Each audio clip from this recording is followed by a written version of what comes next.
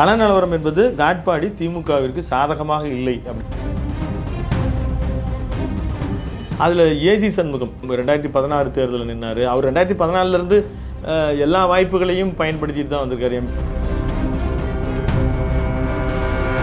யாருக்கு வெற்றி போகுன்றதை விஜய் ஓட்டு வந்து கலைக்குது. அதுதான் இங்கே ஒரு பிரதானமான பிரச்சனை.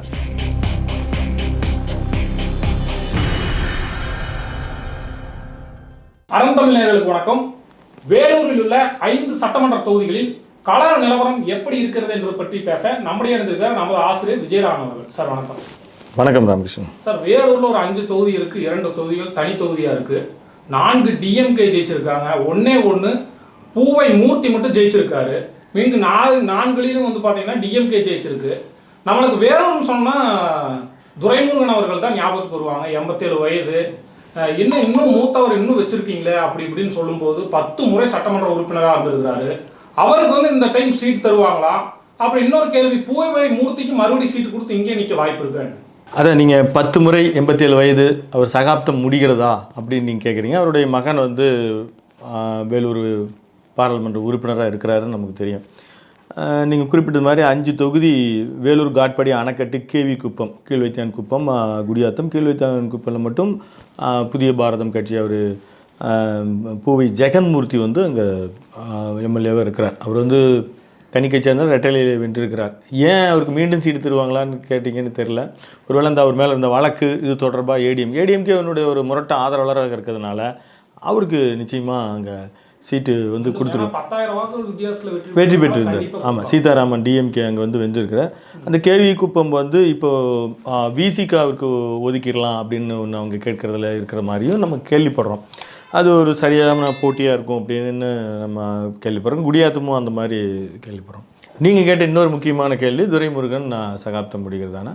இந்த முறை அவருக்கு சீட்டு கொடுப்பதற்கான வாய்ப்பு இல்லை. ஆனால் அவருக்கு வந்து 87 வயது. இப்போ கூட இப்போ மாதந்தோறும் முன்ன வந்து அட்மிட் ஆகிட்டு இருந்தார். அவருக்கு உடல்நிலை கொஞ்சம் சங்கடமாக தான் இருக்குது. அவர் கடந்த தேர்தலுக்கு முன்பு தேர்தலே இனிமேல் நான் தேர்தல் நிற்கும்போது கடைசி தேர்தலாக இருக்கும் அப்படின்லாம் ஒரு வாக்கு செய்திருந்ததாக நமக்கு நினைவு.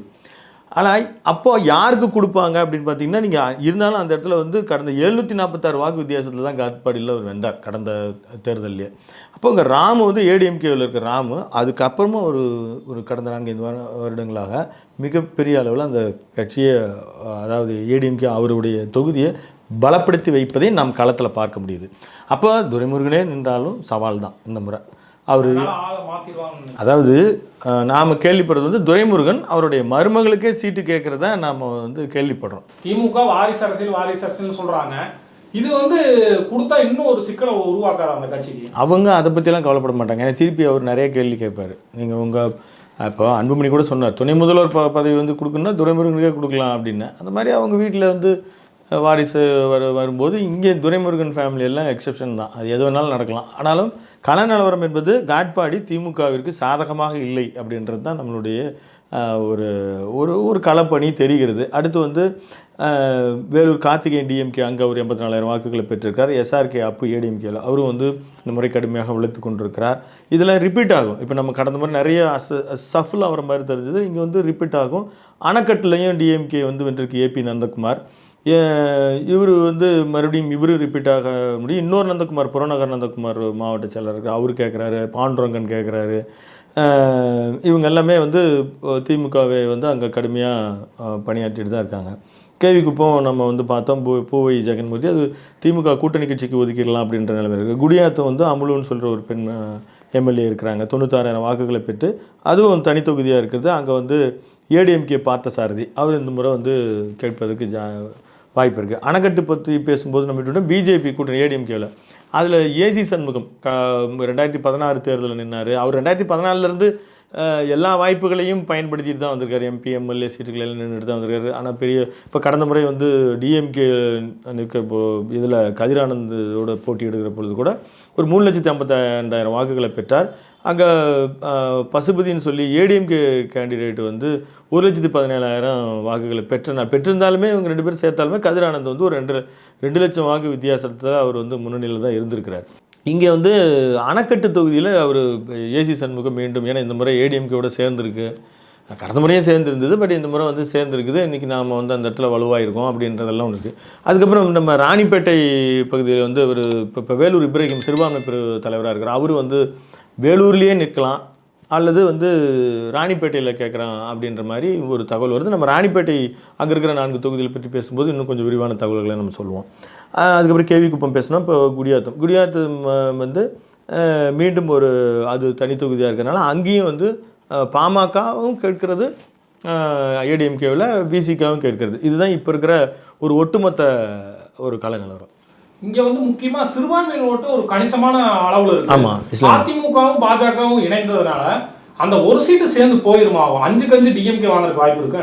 இல்லை, 5-5 டிஎம்கே வாங்குறதுக்கோ ஏடிஎம்கே வாங்குறதுக்கோ வாய்ப்பு இல்லை. இப்போ வேலு இப்ராஹிம் மாதிரியான இருக்கிறவங்க இஸ்லாமிய மக்கள் மீது அவருக்கு வந்து அங்கே ஒரு அதிர்வலைகள் ஏற்படுத்தி வச்சிருக்கிறார். அந்த இடத்துல இருந்து ஒரு தேசிய சிறுபான்மை பிரிவு கொடுத்துருக்குறாங்க. அதனால் அவர் ஒரு கேண்டிடேட்டாக ஆனிச்சுன்னா நீங்கள் வந்து எப்படி வாக்கு எப்படி போகும் அப்படின்னு தெரில. இந்த இப்போ பார்டர் இந்த பக்கம்லாம் வந்துட்டிங்கன்னா காந்தி 2மே பண்ணி வச்சுருக்காரு. அங்கே வந்து ப்ளஸ்ஸான பேரையும் பண்ணி வச்சுருக்காரு, மைனஸான பேரும் பண்ணி வச்சுருக்காரு.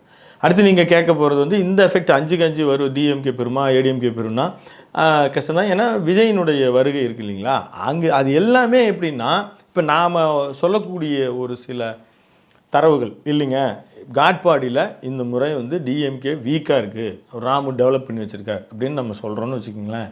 அவர் விஜய் பெறக்கூடிய வாக்குகளை அவர் மாற்றி டிஎம்கே வெற்றி பெற வைக்கலாம் அல்லது திமுகவையும் வெற்றி பெற வைக்கலாம். அந்த மாதிரி தான் அந்த சின்ன வாக்கு சதவீதம் இருக்கிறது எல்லாம் யாருக்கு வெற்றி போகுன்றதை விஜய் ஓட்டு வந்து கலைக்குது. அதுதான் இங்கே ஒரு பிரதானமான பிரச்சனை. இவர் வந்து எல்லாமே ஸ்பாய்லராக தான் இருக்கிறார்.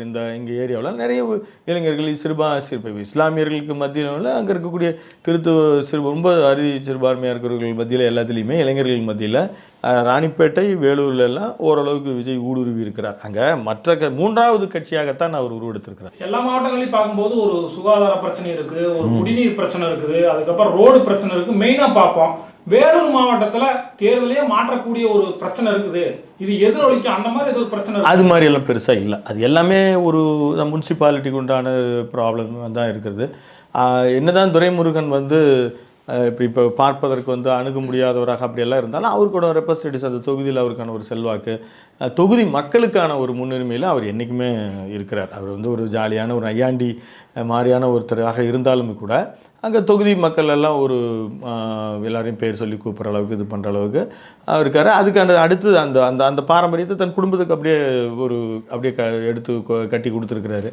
அதில் கதிரானந்து அதுக்கான இதெல்லாம் சேர்த்து தான் பண்ணுறாரு. அது பிரச்சனை வரும் தான், இந்த முறை தொகுதி பங்கிடும் போது வரும் தான். திமுகவிலையும் பல பேர் வந்து இந்த முறையாவது எங்களுக்கு கொடுக்க மாட்டேங்க, என்ன காட்பாடி அந்த குடும்பத்துக்கு நேர்ந்து விட்டுருக்கிறதா அப்படின்ற ஒரு பேச்சுக்கள்லாம் இருக்குது. இருந்தாலும் அவர்கள் எல்லாத்தையும் ஏதாவது ஒரு வகையில் டெண்டர் கான்ட்ராக்டர்லாம் அவர் சரி கட்டி வச்சுருக்கிறாரு. அவங்களுக்கு உனக்கு என்னப்பா, நீ தான் எம்எல்ஏ, நான் இருந்தால் என்ன, நீ இருந்தால் நான், அந்த மாதிரிலாம் சில பேர்களெல்லாம் அவர் வளர்த்து வச்சுருக்கிறதுனால அவங்க குடும்பத்திலேருந்து வந்தாலுமே கூட அவங்களுக்கான ஒரு வெற்றி வாய்ப்பு இருக்கும். விஜய் வந்து அங்கே ஸ்பாய்லர் பண்ணுறார், அதாவது அந்த வெற்றி வாய்ப்பினுடைய முனைகளை அவர் மழுங்க செய்கிறார். வேலூர் மாவட்டத்தில் கள நிலவரப்படி 5 தொகுதிகளில் ஆளுங்கட்சி முன்னணியில் இருக்கா, எதிர்கட்சி முன்னணியில் இருக்கா? இன்றைய தேதியில் 2 கடும் போட்டியில் இருக்குன்னு தான் என்னால் சொல்ல முடியும். ஏன்னா அந்த ஒரு சின்ன நேரோ பாயிண்ட் தான் இருக்கிறதுனால கடும் போட்டி தான். இது நம்ம இன்னும் கொஞ்சம் தேர்தல் நெருக்கத்தில் வரும்போது நம்ம தெளிவுபடுத்தலாம். அதுக்கு காரணம் விஜய். கடும் போட்டி இருக்குன்னு சொன்னீங்க வேலூரில். நம்ம தேர்தல் நெருக்கத்தில் தொடர்ந்து இந்த தொகுதி குறித்து பேசுவோம் சார். உங்கள் கருத்து பதிவுக்கு மிக்க நன்றி. மிக்க நன்றி. நேயர்களே, தொடர்ந்து இணைந்திருங்கள் அறம் தமிழுடன். நன்றி.